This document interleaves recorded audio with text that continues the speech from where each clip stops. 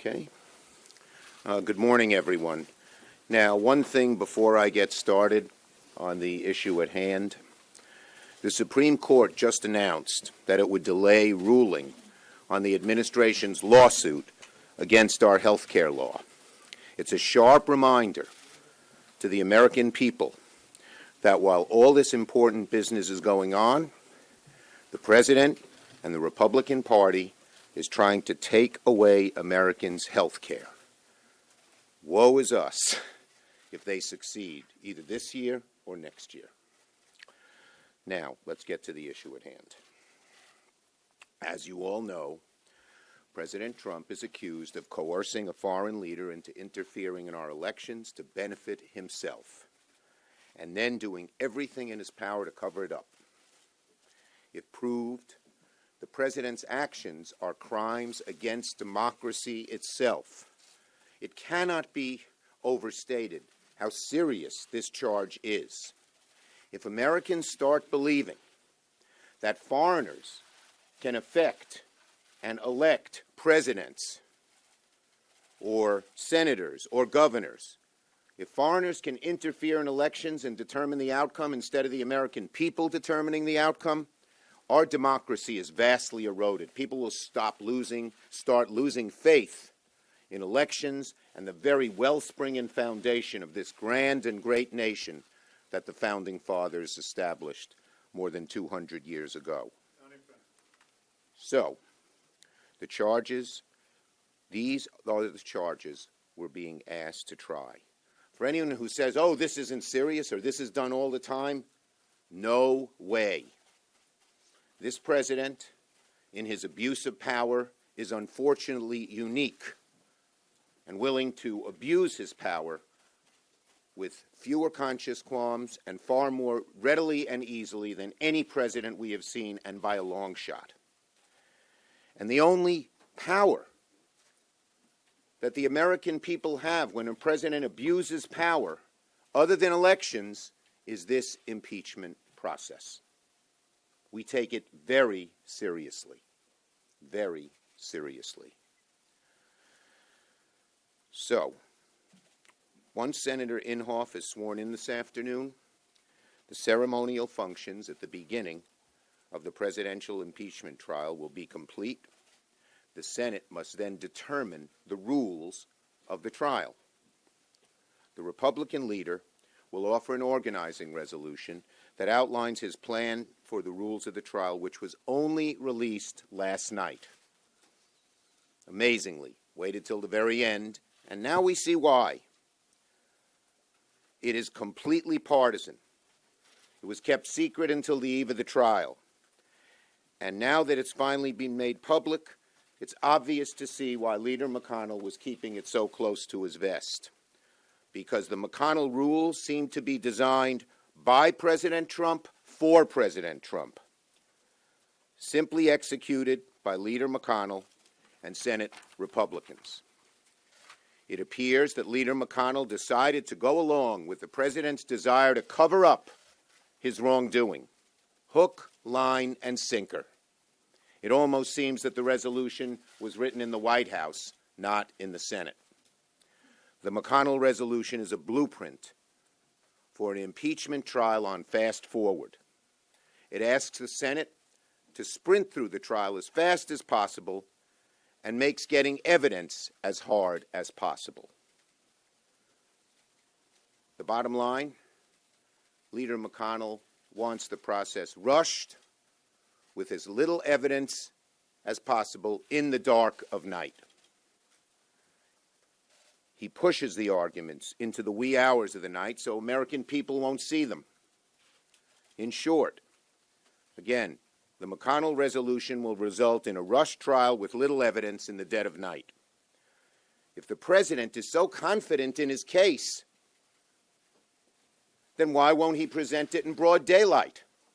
If Leader McConnell and the Republican senators who have said he's done nothing wrong, it's perfect, why not while the sun is shining instead of at 2 a.m.? Well, it's pretty obvious. It's pretty obvious. Why not? On something as important as impeachment, McConnell's resolution is nothing short of a national disgrace, and it will go down in history as one of the very dark days of the Senate, not living up to its responsibility in obeisance to the president, not to the truth. Leader McConnell promised his trial rules. You've heard this for weeks. Let's enact the same rules as the Clinton trial rules. He said we're going to get started in exactly the same way. It turns out the McConnell rules are not even close to the Clinton rules. And there are many places where that happens. Unlike the Clinton rules, the McConnell resolution does not admit the record of the House impeachment proceedings into evidence. So McConnell seems to want a trial with no existing evidence and no new evidence. No evidence. You can understand why. It's because he's afraid of evidence. So is President Trump. So are the president's men. A trial with no evidence is not a trial at all. It's a cover-up. Second, unlike the Clinton rules, the McConnell resolution limits presentation by the parties to 24 hours per side over only 2 days. Leader McConnell wants to force the managers to make important parts of their case in the dead of night. I've read the brief. It's about 45 pages. I commend each of you. It's a powerful document. Very hard to rebut. In fact, the president's brief doesn't even attempt to rebut it. Next, the McConnell resolution prohibits motions to subpoena witnesses or documents until after the senator's question period, and even then, it requires the Senate to overcome an additional hurdle by voting to determine whether motions to subpoena witnesses and documents are in order. So we've had some senators say, well, I'm going to vote for McConnell's resolution, but later I might vote for witnesses and documents. McConnell's very resolution puts many obstacles in the path of getting witnesses and documents even later. So Republican senators, don't fool us.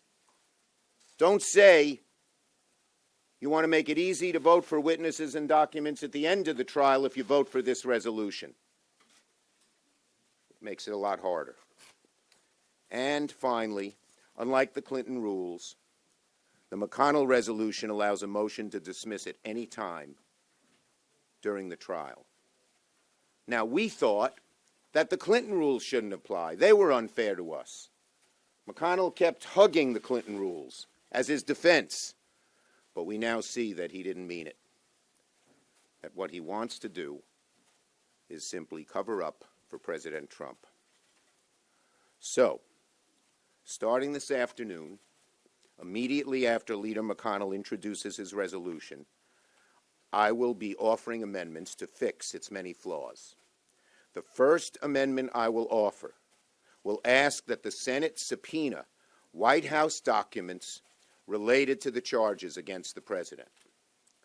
Those documents include the records of meetings and calls between President Trump and the President of Ukraine, as well as those records created or received by Mr. Mulvaney, Mr. Bolton, Mr. Blair, and other White House personnel about the decision to hold and release the military assistance to Ukraine. It's very possible, even likely, that some of these communications may have been with President Trump, between him and these people.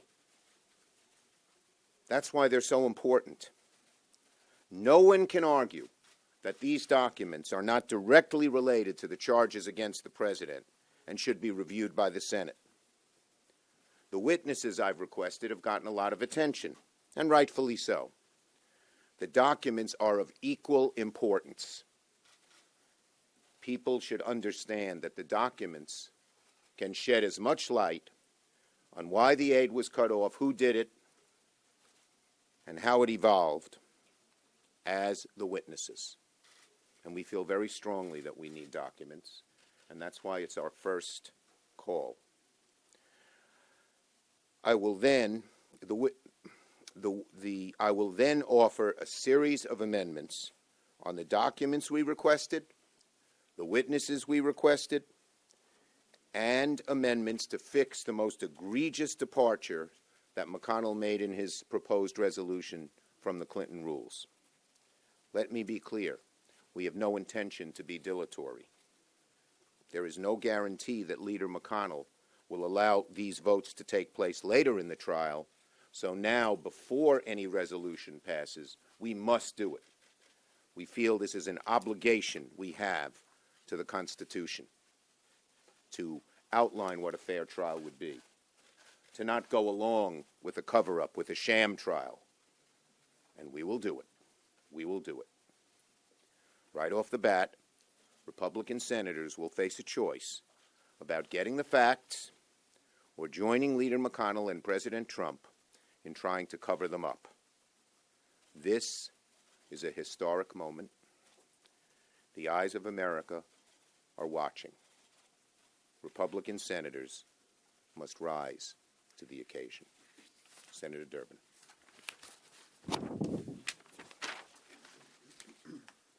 You're not on here, but oh yes, sir. Yeah. Thank you, Senator Schumer. From this very first day of the impeachment trial, we learned that for Senator McConnell, political loyalty to this president is more important than respect for the Constitution, the integrity of the Senate, and standards of common decency and decorum which have been prevalent in this body from its start. With this organizing resolution outlining the course of the trial, Senator McConnell and those who enable him demonstrate that Republicans believe the American people are not entitled to judge for themselves whether President Trump abused the power of his office and obstructed this Congress in the discharge of its constitutional duties. Senator McConnell and those who enable him believe that if they hurry the proceedings, restrict the evidence, limit the witnesses, and force the whole enterprise into the midnight hour, they can conceal misconduct by the president. They believe the American people will not take notice. They're wrong. The American people are not asleep at the wheel of this democracy. They are wide awake to any senator or president who disrespects their constitutional duties or claims to be above the law. Donald John Trump, the impeached president, insists he is innocent, a victim of a witch hunt, a cruel hoax. Yet this president is unable and unwilling to produce any evidence or any witness in his own defense. Instead, America is subjected to an endless blizzard of mindless tweets from the White House and the ravings of the president's trusted legal counsel, the former mayor of New York City. For Senator McConnell and those who enable him, this self-serving foolishness passes for a credible defense. Under the principles of American justice, of course, the accused, in this case the president, cannot be compelled to testify.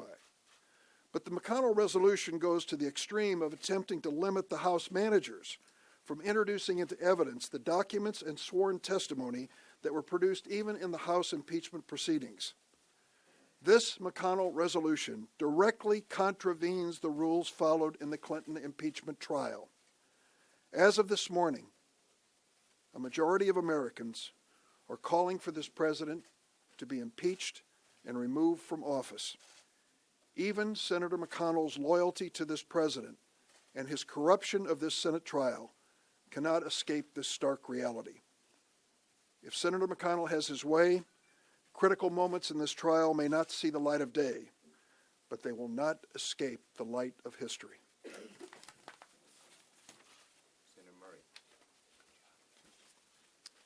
Well, thank you very much. Last week, my colleagues and I signed our names in the official Senate record affirming our promise to, quote, do impartial justice.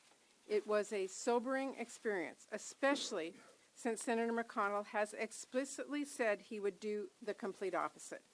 He said no to impartial justice in spite of the careful and thorough investigation the House conducted, in spite of President Trump's unprecedented stonewalling, which denied Congress access to key material witnesses and documents directly related to the president's actions during the House investigation, in spite of the president's continued refusal to provide any credible defense against the allegations against him, including in the trial brief we saw this weekend. And the majority leader's position has not changed despite new evidence made public in recent days, which lays out a complex web of falsehoods and corruption surrounding the president's actions in Ukraine.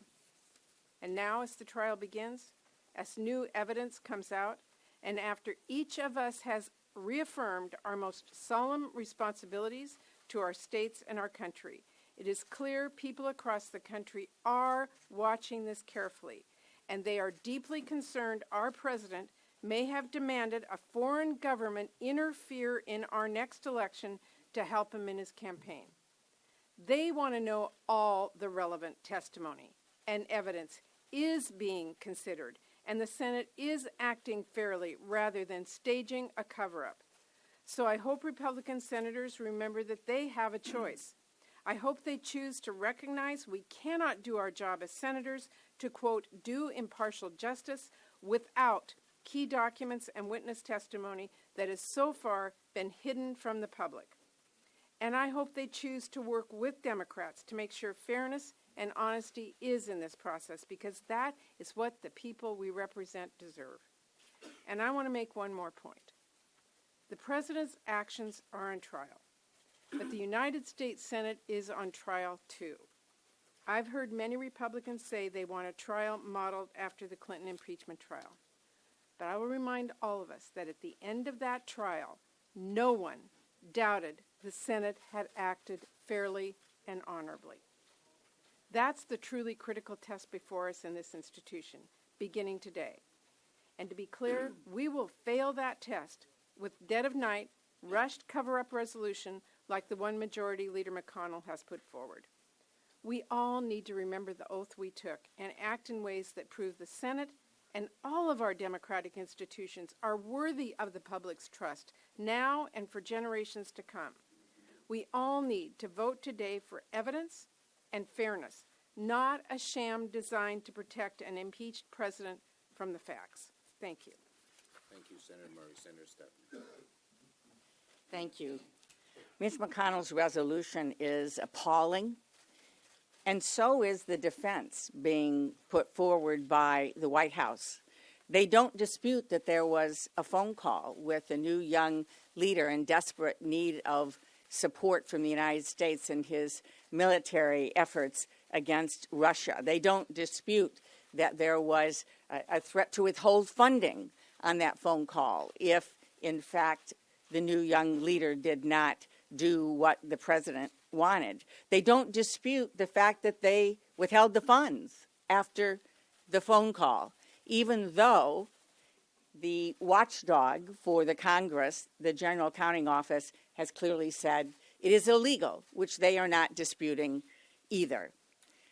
Seems to me they are using the Mick Mulvaney defense. Yes, the president did the call. Yes, he withheld the money. The president can do whatever he wants. Get over it. No president is above the law, and that's what this trial is about. Questions on this subject? Yes. Senator, have you made any outreach to people like Senator Collins, people like Senator Murkowski, Romney, Alexander, individuals who might actually be able to get through the Look, senators talk to senators all the time, and there are lots of conversations going on. I'm not going to get into any individual conversations. Yes. What is your plan, assuming any sort of documents or witness testimony moves forward, if the White House exerts executive privilege? Look, if the White House tries to exert executive privilege on an order that passes by definition in a bipartisan way and is signed by the Chief Justice of the Supreme Court on a subpoena, I think that the courts would look very favorably on that.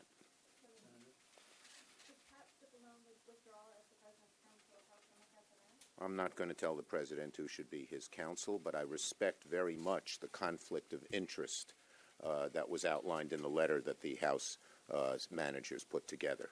Yes? You're talking about forcing folks to change or to fix, in other words, the resolution. Are you going to be focusing on changing it to 12 hours a day? Well, wait and see. On that question, during this trial, it's unusual in that you will not be able to make arguments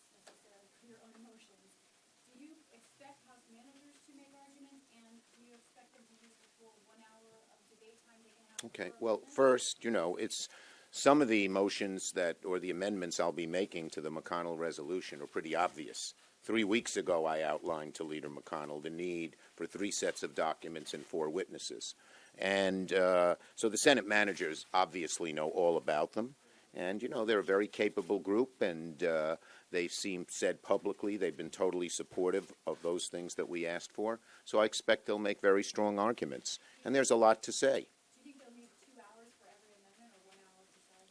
Well, it is 1 hour per side. That's what the rules of the Senate prescribe, the rules of impeachment prescribe. It'll be up to them if they use it all. I would hope they'd make strong arguments and not try to cut back. It's too important. Senator Romney has already said he won't support any kind of changes to this organizing resolution that would include trying to get witnesses baked in at the beginning of the trial. What's your message? Look, he said that. I have a great deal of respect for Senator Romney. I would urge him, I hope he has carefully read the McConnell resolution, because he's always said he thinks there should be witnesses at the end of the trial, and this makes it harder to even get those. How many Well, you went already once. I'm sorry. Try to share the wealth. Senator Schumer, it strikes me that House Republicans were very upset with the process, complained about it being rushed. Isn't this the latest example of it stinks to be the minority party in Congress? No, we're doing our constitutional job, and we're proud of the job that we're doing. And it's sort of ironic. Leader McConnell, at the same moments he says the House trial was rushed, seeks to rush the Senate trial far more severely than the House trial was. Senator Schumer, on the subject of transparency, did you sign off on the rules restricting press mobility on the second floor and on the No. first floor? And what's your comment on the inability? My comment, I want to see the press have as much access as possible. It would be my view it should be similar to on a normal day. But I was not asked about them and didn't sign off on them. Yes. Have you given advice to members of your caucus about how to deal with an impeachment trial while in the minority? Well, we've had plenty of discussions, and we go over the process and what's happening. And we have a great caucus lunch every Tuesday, and large numbers of members participate. And I'd like to believe, and I think I do, that we sort of come to an amalgam. Lots of suggestions they make we incorporate into what our caucus view and position should be. So we do it all the time.